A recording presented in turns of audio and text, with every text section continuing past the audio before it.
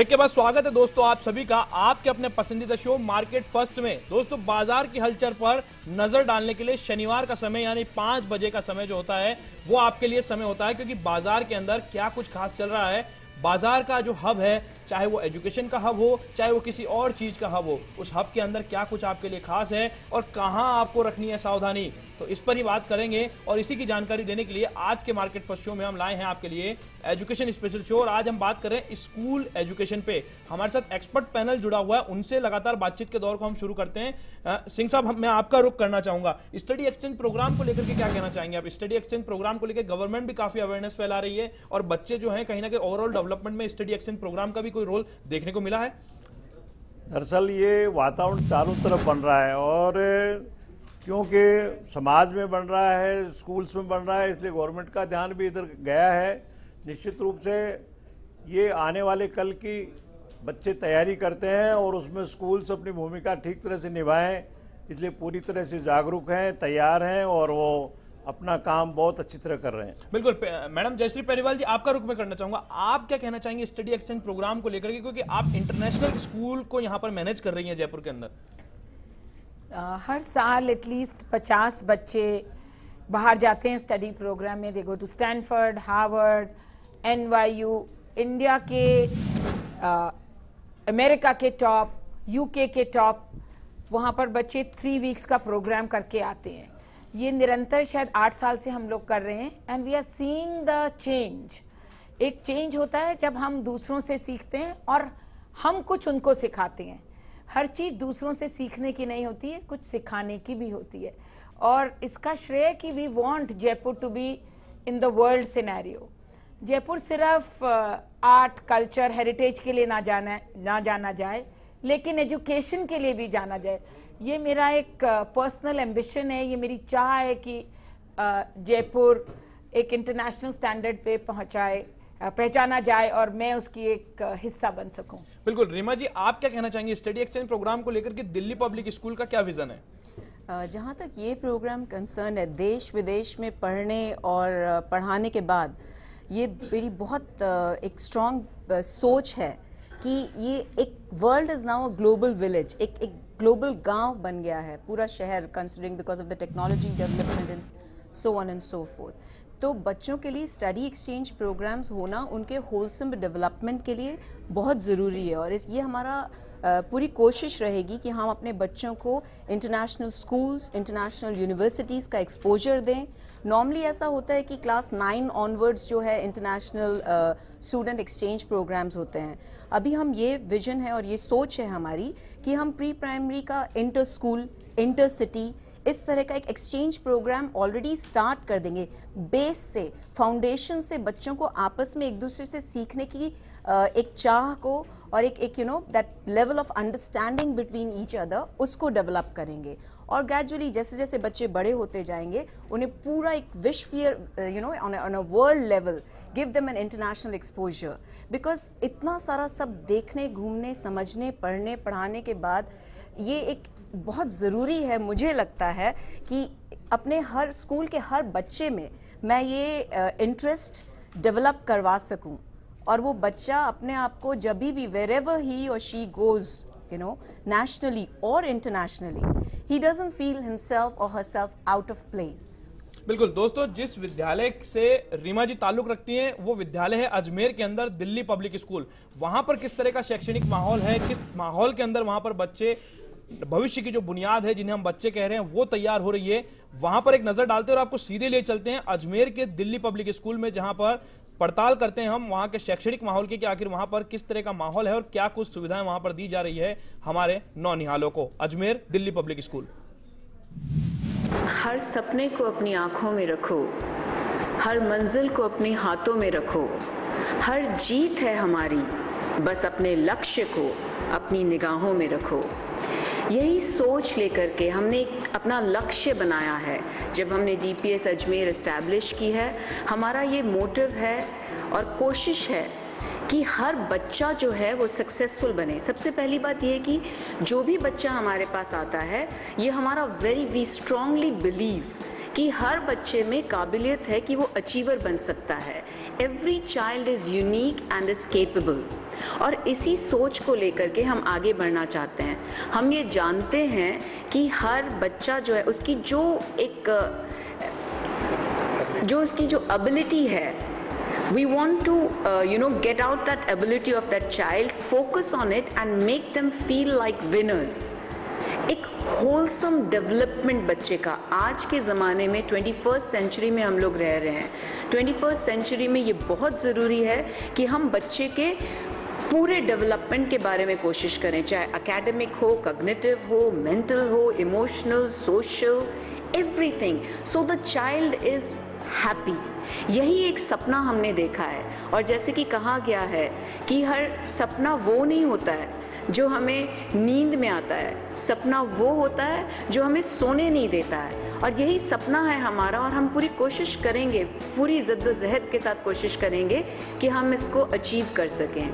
और यही target vision को अचीव करने के लिए हमने बहुत कोशिश की है।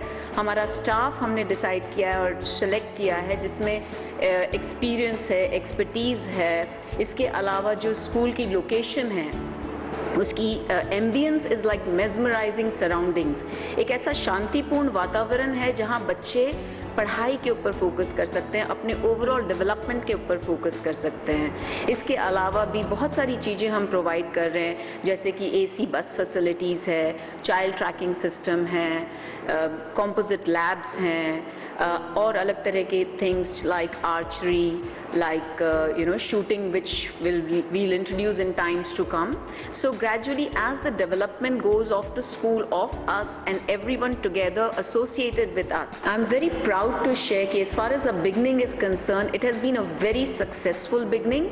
सारे पेरेंट्स हमारे पास अब तो काफ़ी एडमिशन्स जो हैं हमारे पास सिर्फ अजमेर से ही नहीं, अजमेर की आसपास की जगह, एंड नाउ इवन अजमेर के जैसे आसपास की जगह ब्यावर, नसीराबाद, पुष्कर, इन सब जगह से एडमिशन्स आ रहे हैं। और अब यहाँ से बाहर, अजमेर के बाहर की जो सिटीज़ हैं वहाँ से भी लोग ट्राई कर रहे हैं, कांटेक्ट कर रहे हैं कि एडमिशन्स के लिए। सो एक जो हमारी सोच थी उससे ज़्यादा हमें अप्रिशिएशन मिला, और इसके लिए I am very very thankful to all the parents, everybody who is associated with us. Thank you so much. तो दोस्तों, आपने जाना दिल्ली पब्लिक स्कूल अजमेर का हाल कि आखिर वहां पर किस तरह का शैक्षणिक माहौल दिया जा रहा है। हमारे साथ रीमा जी जुड़ी हुई है। रीमा जी के उस विद्यालय से रीमा जी ताल्लुक रखती है। रीमा जी, बच्चों के अंदर मोरल वैल्यूज को लेकर के आजकल कई तरह के सवाल जो हैं वो परिजन उठाते हैं। परिजन कई बार अपनी जिम्मेदारी से पल्ला झाड़ लेते हैं, बच्चों को बोर्डिंग स्कूल में छोड़ करके आ जाते हैं, लेकिन स्कूल की एक जिम्मेदारी होती है कि वो ही उसका अच्छा अभिभावक बने और उसे उसकी भविष्य की बुनियाद के लिए अच्छा रास्ता दिखाए। तो मोरल वैल्यूज के लिए क्या कुछ किया जाता है दिल्ली पब्लिक स्कूल में? Yes, indeed. I definitely agree with you कि moral values जो हैं, it's very very important एक समझने के लिए, और बच्चे को एक for the child to be happy, उनमें ये अंडरस्टैंडिंग डेवलप कराने के लिए कि मॉरल वैल्यूज़ की कितनी इम्पोर्टेंस है for them to be able to lead a successful peaceful life.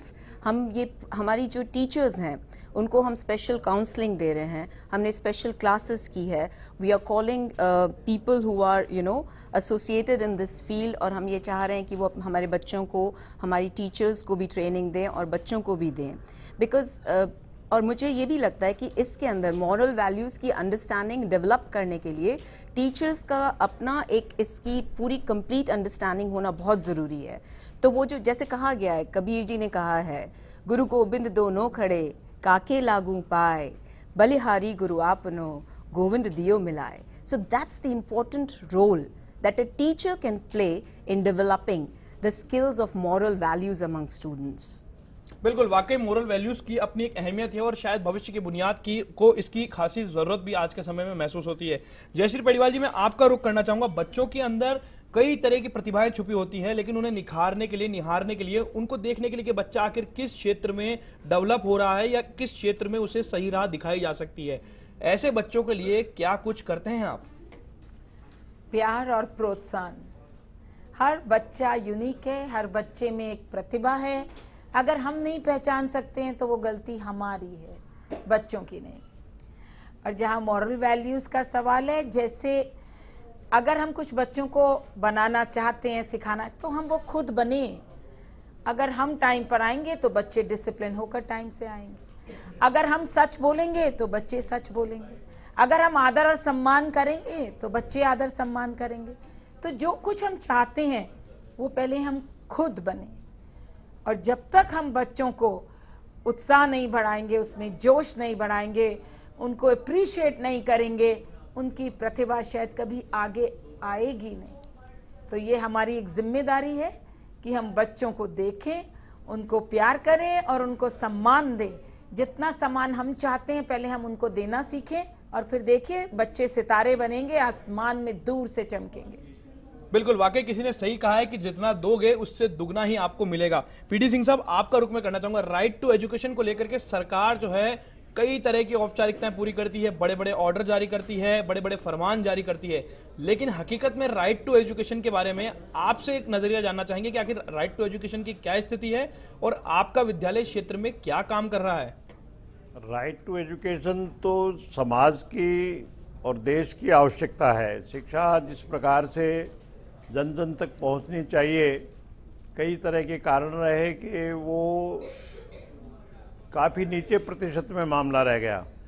सरकार समाज को पूरे को आगे ऊपर उठाना चाहती है, शिक्षा सबको मिले, एक सोच में बहुत अच्छी पहल हुई, और इसको क्रियान्वित करने के लिए सरकार ने जो मापदंड तय किए वो व्यवहारिक नहीं होने के कारण से बच्चों को स्कूलों में राइट टू एजुकेशन के माध्यम से प्रवेश मिलने और अपनी पढ़ाई के क्रम को लगातार चालू रखने में बड़ी कठिनाइयां आने लगी, और कई जगह ऐसा आपाधापी का खेल हुआ कि जिनको सचमुच में इस योजना के अंतर्गत शिक्षा मिलनी चाहिए वो वंचित रह गए, और कुछ से लोग इसमें लाभान्वित होते रहे।